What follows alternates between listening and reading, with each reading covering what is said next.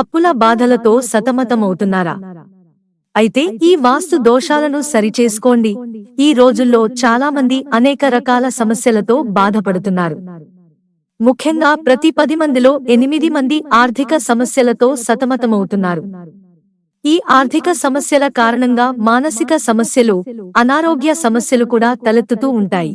ఇంకొందరు దరిద్రం పట్టి పీడిస్తోంది, అందుకే డబ్బులు చేతిలో మిగడం లేదు అని దిగులు చెందుతూ ఉంటారు. కొందరు సమస్యల నుంచి బయటపడడానికి అనేక రకాల పరిహారాలు పాటిస్తూ ఉంటారు. అయినా కూడా ఫలితం లభించదు.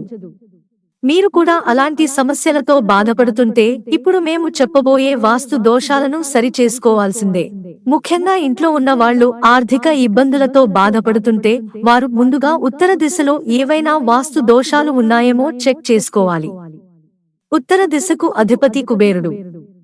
సంపదకు అధిపతి అయిన కుబేరుడు ఉన్న దిశలో ఏవైనా తప్పులు చేస్తే అప్పులవ్వడమే కాకుండా ఆర్థిక ఇబ్బందులు వేధిస్తాయి. ఉత్తరం వైపున ఏదైనా భారీ ఫర్నిచర్ పెట్టినా లేదా ఇతర భారీ వస్తువులను ఉత్తరం వైపున ఉంచినా, ఉత్తర దిశ గోడపైన ఏవైనా వస్తువులను వేలాడదీసిన వాటి ప్రభావం మన ఆర్థిక పరిస్థితిపై తప్పకుండా ఉంటుందని చెబుతున్నారు.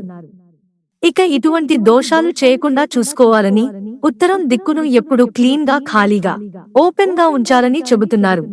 ఈ వాస్తు దోషాలుంటే సరి చేసుకోండి. అంతేకాదు, సాధారణంగా దక్షిణం దిశ గోడ కొంచెం ఎత్తుగా, ఉత్తరం దిశ గోడ కొంచెం ఎత్తు తక్కువగా ఉండాలి.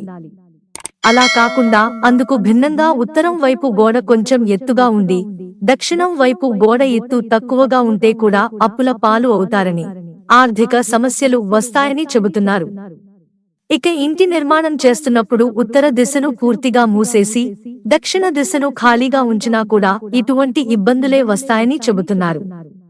ఇక నైరుతి దిశలో భూగర్భ నీటి ట్యాంకును ఏర్పాటు చేసినా అప్పుల పాలయ్యే అవకాశం ఉందని, ఇటువంటి పనులు చేయకూడదని చెబుతున్నారు. ఈశాన్య దిశలో ఇవి ఉన్నాయా? చెక్ చేసుకోండి. ఇక ఇంటికి ఈశాన్య దిశలో ఏవైనా యంత్ర పరికరాలు పెట్టి వాటిని వినియోగిస్తున్నా వాస్తు దోషమేనని చెబుతున్నారు. ఈశాన్య దిశలో పొరపాటున కూడా బరువైన యంత్ర పరికరాలు పెట్టకూడదని, ఒకవేళ పెట్టినట్లయితే మన జీవితం పైన కూడా ఆర్థిక ఇబ్బందులు అంతే భారంగా మారతాయని సూచిస్తున్నారు. ఇక అప్పుల పాలై ఇబ్బందులు పడుతున్నవారు అప్పుల నుండి విముక్తి పొందడం కోసం ఇంటికి సంబంధించి ముఖ్యంగా ఉత్తర, ఈశాన్య దిక్కుల విషయంలో జాగ్రత్తలు వహించాలని చెబుతున్నారు. మిత్రులారా, ఛానల్ సబ్స్క్రైబ్ చేసుకోవడం మర్చిపోకండి. ధన్యవాదాలు.